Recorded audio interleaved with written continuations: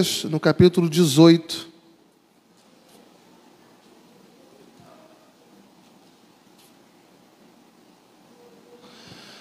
Versículo 1, disse-lhe Jesus uma parábola sobre o dever de orar sempre e nunca esmorecer.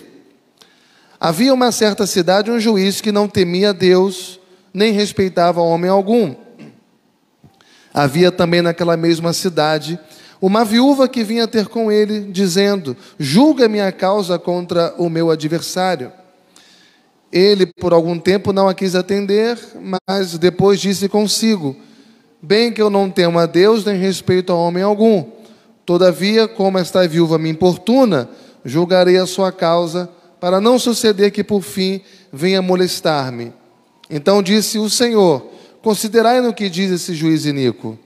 Não fará Deus justiça aos seus escolhidos, que a Ele clamam dia e noite, embora pareça demorado em defendê-los? Digo-vos que depressa lhes fará justiça. Contudo, quando vier o Filho do Homem, achará porventura fé na terra?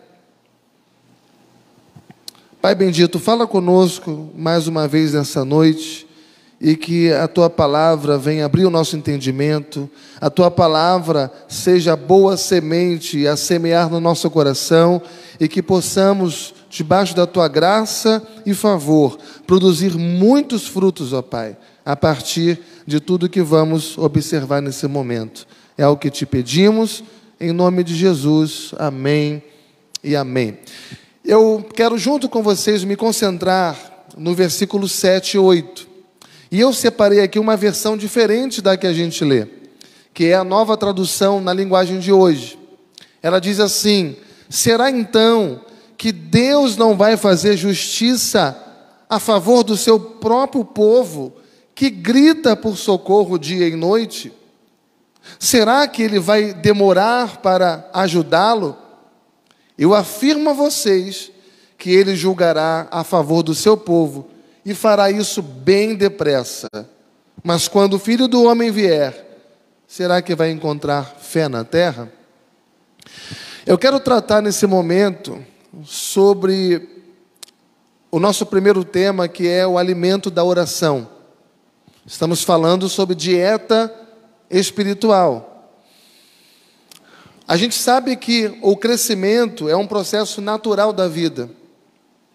Nós nascemos e é necessário, é importante que a gente cresça, que a gente desenvolva.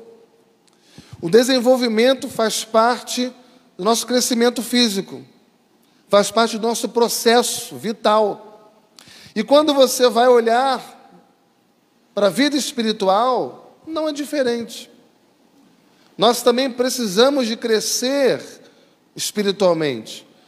Nós precisamos também de desenvolver espiritualmente, amadurecer espiritualmente. E da mesma forma que não há como desenvolver fisicamente sem alimento adequado, não há como também desenvolver espiritualmente sem um alimento espiritual adequado.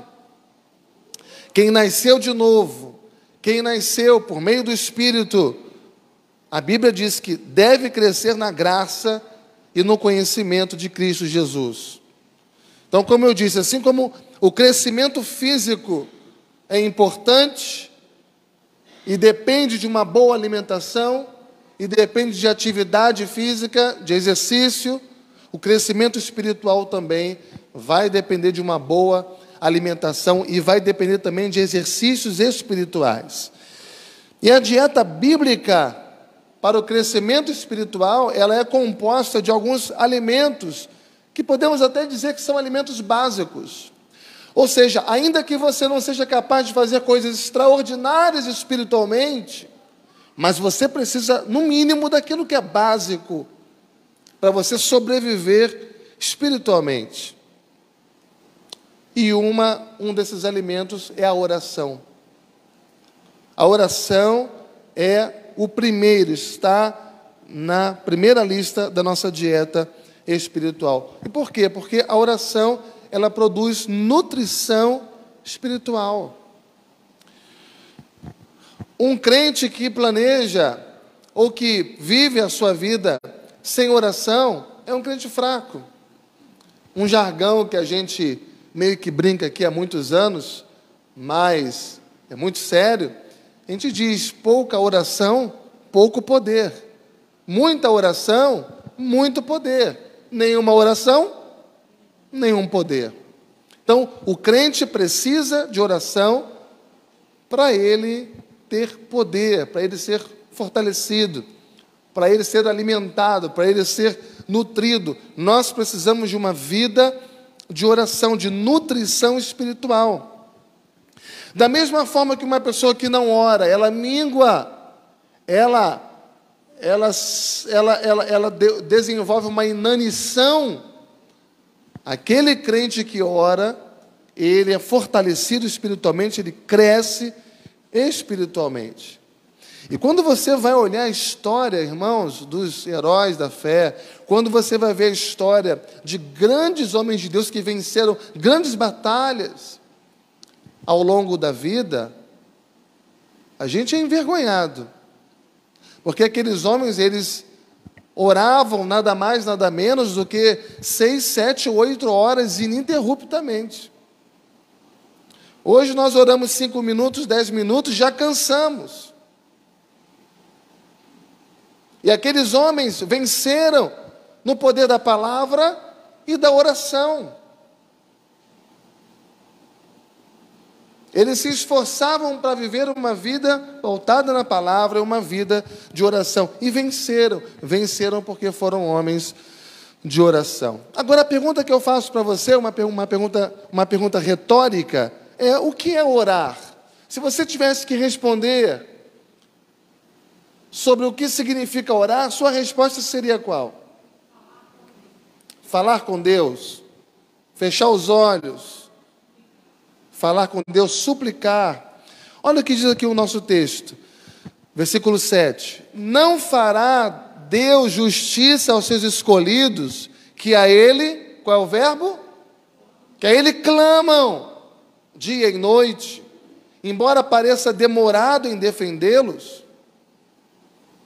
Quando você especificamente olha esse versículo, ele nos ensina a compreender o que é oração. E ele vai dizer que orar é você levantar um clamor a Deus, é clamar a Deus. Oração é clamor. Lucas 11, versículo 9 e 10, Jesus ensina que orar é clamar. Batei, batei, abri-se-vos-á. Todo que bate, a porta se abre. Então, é pedir com insistência. É você pedir com determinação. Não é você iniciar a sua oração e logo esmorecer. Não é você começar a orar e logo desanimar. Não é você começar a orar e logo mudar o seu foco, distrair-se. Não, mas é você ter uma postura de insistência, de perseverança, de determinação. E clamor é algo mais intenso. O clamor é algo mais profundo. O clamor, ele vem acompanhado de lágrimas. Ele vem acompanhado de súplicas. Ele vem acompanhado de um coração aflito, de um coração que precisa de uma intervenção urgente. O clamor é isso. É o canto do necessitado, daquele que tem pressa, daquele que tem uma causa realmente relevante, profunda, importante, necessária a apresentar a Deus. Então, ele sofre, ele grita e ele clama na presença de Deus. Até Jesus, ele praticou isso, o clamor. Olha o que diz em Hebreus capítulo 5, versículo 7.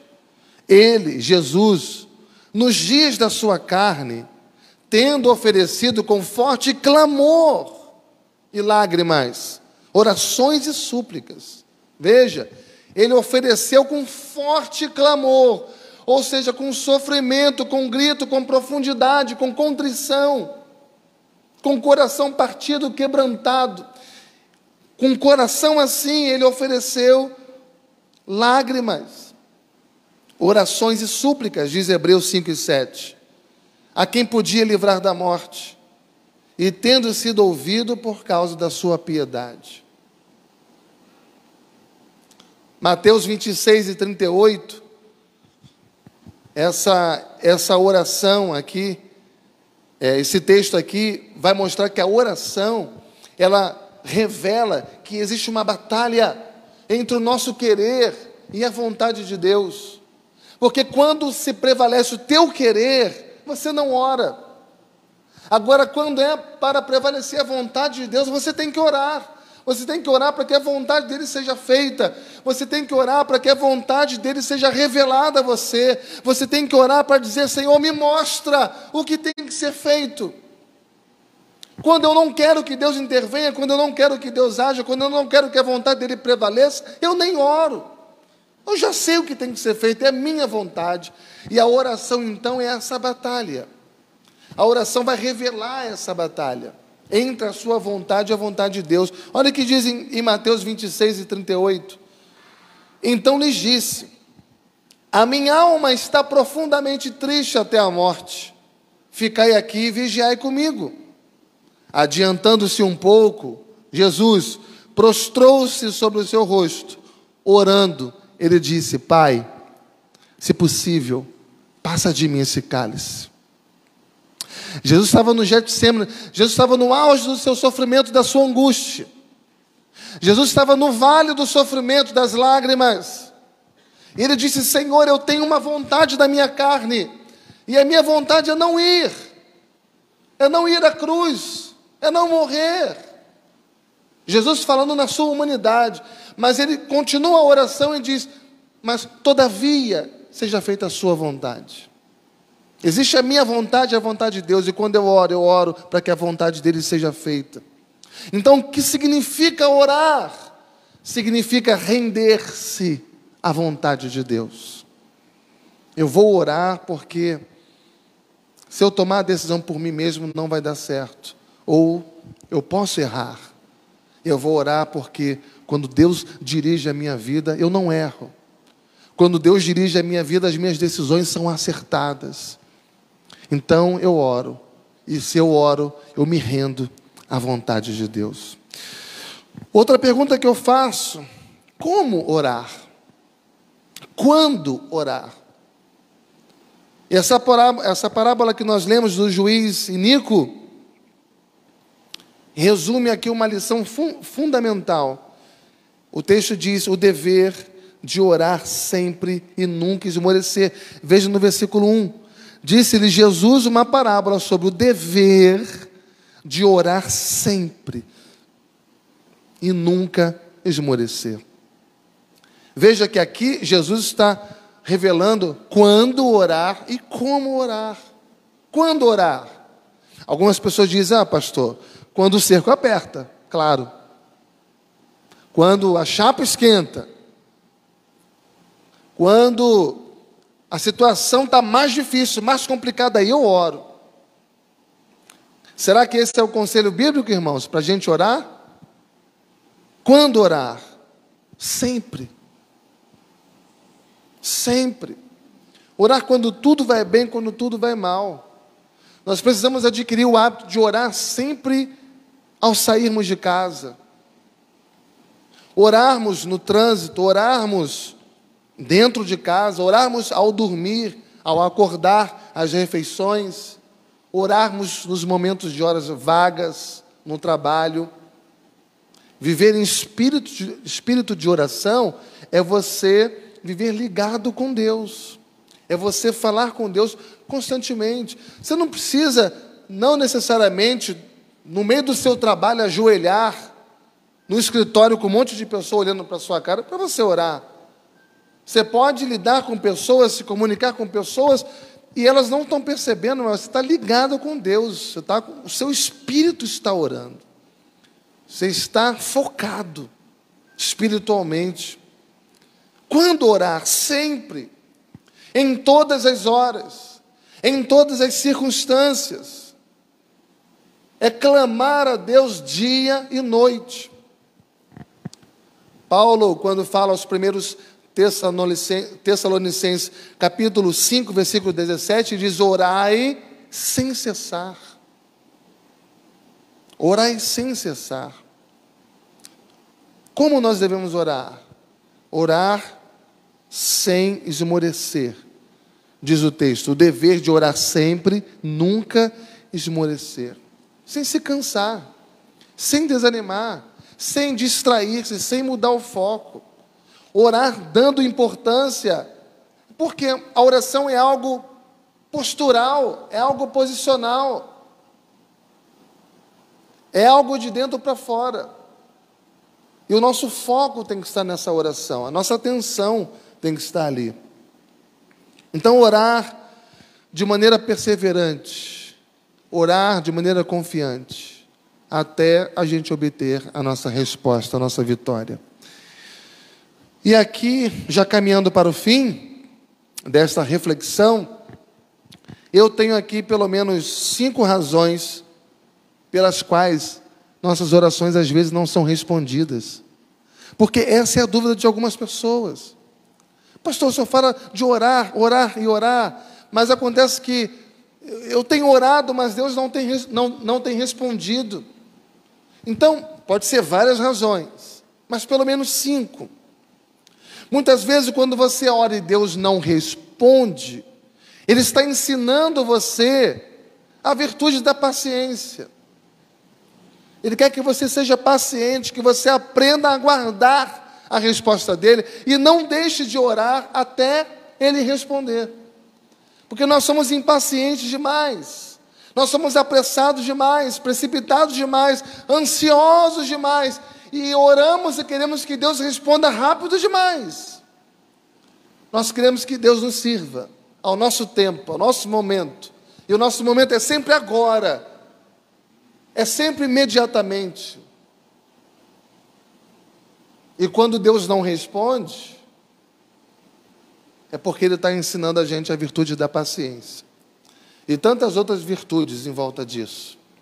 Segunda razão, o porquê que Deus às vezes não responde imediatamente, demora a responder, é para que no momento que Ele responder, a gente tenha o nosso coração cheio de gratidão. Que a nossa postura de gratidão a Deus aumente. Por quê? Esperamos tanto, e foi tanta batalha, tanta luta até acontecer, que quando acontece, nós somos tremendamente gratos a Deus. Então, às vezes, Ele nos faz esperar a resposta, para aumentar a nossa gratidão, quando finalmente recebermos a nossa bênção. A terceira razão, que muitas vezes Deus não responde a nossa oração, é porque Ele não quer nos dar aquilo que a gente pede a Ele. E porque às vezes Ele quer nos dar algo melhor e maior. Todas as vezes que Deus diz não para aquilo que é bom, Ele vai dizer sim para aquilo que é melhor. E às vezes a gente apresenta para Deus: Senhor, mas isso é tão bom. Responde, Senhor, faz essa obra. Eu estou apresentando essa causa a Ti, essa causa é tão boa, tão importante. E Ele olha e fala: não, Ele não responde, Ele silencia. Por quê? Algumas vezes é assim, Ele está preparando algo melhor para nós. Está preparando algo maior para nós. Essa é a terceira razão. A quarta razão é por razões que estão fora da experiência humana. Vamos ver aqui em Lucas, em João capítulo 1. João capítulo 1.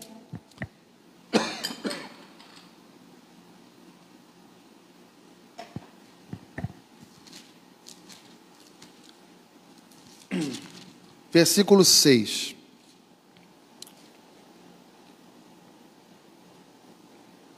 Houve um homem enviado por Deus, cujo nome era João.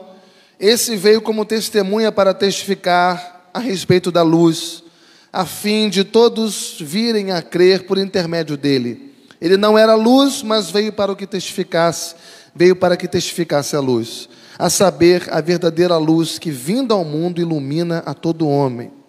O Verbo estava no mundo, o mundo foi feito por intermédio dele, mas o mundo não o conheceu. Veio para o que era seu, e os seus não o receberam. Mas a todos quantos o receberam, deu-lhes o poder de serem feitos filhos de Deus, a saber, os que creem no seu nome. Ou seja, razões que estão fora da experiência humana. Não foi recebido, não foi crido, foi rejeitado, não foi compreendido, mas havia uma razão divina para acontecer aquilo ali.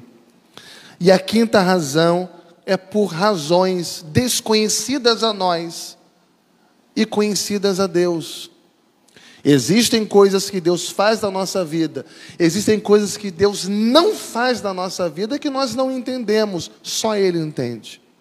Então, isso está na economia de Deus. Isso diz respeito à soberania de Deus. Ele sabe o que faz e Ele sabe tudo aquilo que Ele impede na nossa vida, com certeza para a glória dEle e com certeza para o nosso bem. Quem é que deve orar? Será que qualquer pessoa pode orar? Será que Deus escuta a oração de qualquer pessoa? Será que essa oração que liga o coração do homem a Deus está disponível a qualquer grupo, a qualquer pessoa? Em Lucas 19, versículo 7, vamos lá, de volta, Lucas 19, versículo 7.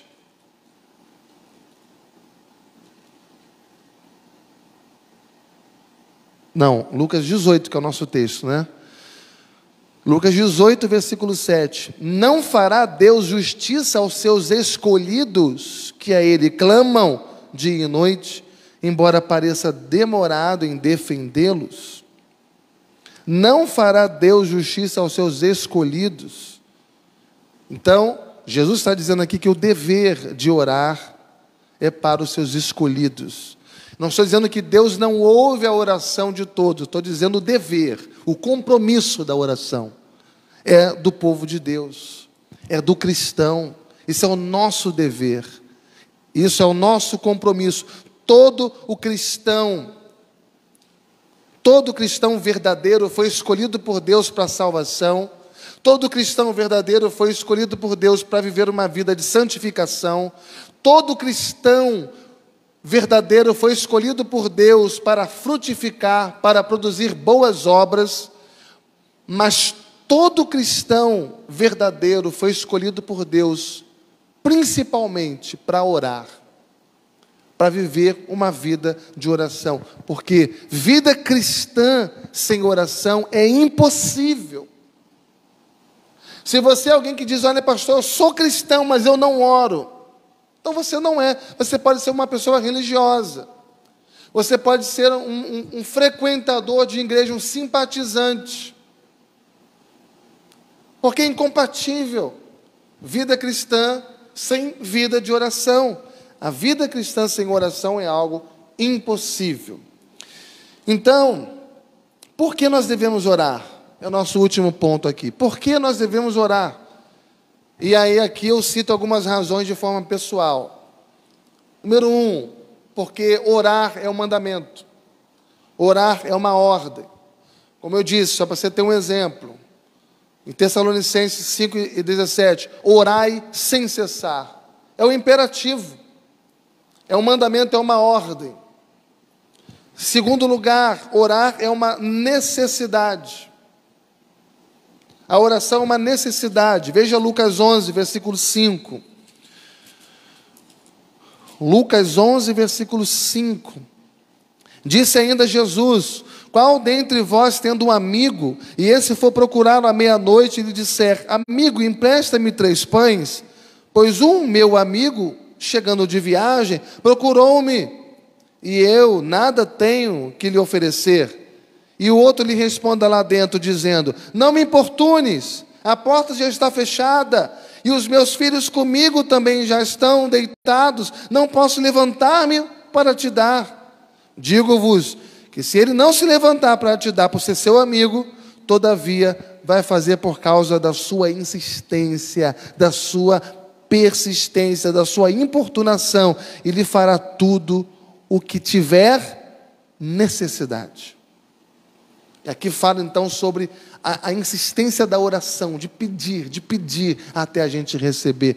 Orar, Oração é uma necessidade.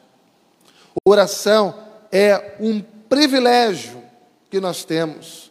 O privilégio de nos conectar com Deus, de ter intimidade com Deus, de chorar na presença de Deus, de depender de Deus, de nos humilhar diante dEle. Isso para nós é uma honra. Nós não podemos abrir mão desse privilégio. Ele é nosso, é do povo de Deus. E orar é ser abençoado espiritualmente. Não existe outro caminho para ser abençoado espiritualmente se não for o caminho da oração. A oração é o caminho de Deus para chegar até nós. Louvado seja Deus. Então, irmãos, para encerrar aqui, a oração é o primeiro alimento para o nosso crescimento espiritual. O primeiro alimento para o nosso crescimento espiritual. Se você deseja minguar, se você deseja viver no estado de inanição espiritual, não ore. Se você deseja ser um crente fraco, frágil, não ore. Mas se você quer ser um crente forte espiritualmente, você precisa de oração. Alimentado, nutrido espiritualmente, ore. Com certeza o Espírito Santo vai ajudar você.